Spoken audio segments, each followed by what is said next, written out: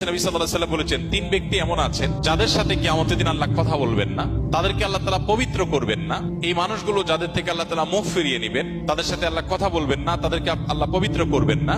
সেই মানুষগুলোর মধ্যে একজন হলেন ওই পুরুষ, যে পুরুষ টাকনুর নিচে পোশাক পরে। পোশাক পরে বলতে যে পোশাক উপরের দিক থেকে যায় সেটা টাকনুর নিচে পরে। প্যান্ট, পাজামা, চাদর, লুঙ্গি, জুব্বা, জামা, এগুলো। মোজা যেটা থাকেই নিচে, নিচ দিক থেকে পরা হয়, ওইটার কথা ভিন্ন। দুই নম্বর হলেন ওই ব্যক্তি, যে ব্যক্তি কাউকে দান করে খোঁটা দেয়, অথবা যাকে দান করেছেন তাকে নানার কথা দিয়ে কষ্ট দেয়। দান করেছেন, আল্লাহর কাছে আশা করবেন এর বিনিময়।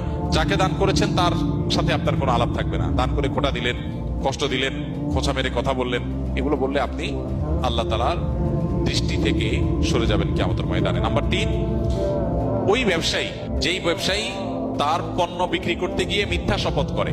এখন তো ঘরে ঘরে ভাই আল্লাহর কিনা, এটা কিনা পড়ছে এত, ভাই কিনতেও পারে না এত টাকা দিয়া, না মিথ্যা কথা। তো এই ব্যবসায়ী যে তার পণ্য বিক্রি করার প্রয়োজনে মিথ্যা শপথ করে ক্রেতাদের সাথে, কাস্টমারের সাথে, তার দিকে আল্লাহ তাকাবেনও না, তাকে পবিত্র করবেন না, এবং কিয়ামতের দিন আল্লাহ রাব্বুল আলামিন তার সাথে কথাও বলবেন না। আল্লাহ আমাদেরকে এই সমস্ত বদগুণ, খারাপ গুণ থেকে, চরিত্র থেকে হেফাজত থাকার তৌফিক দান করুন।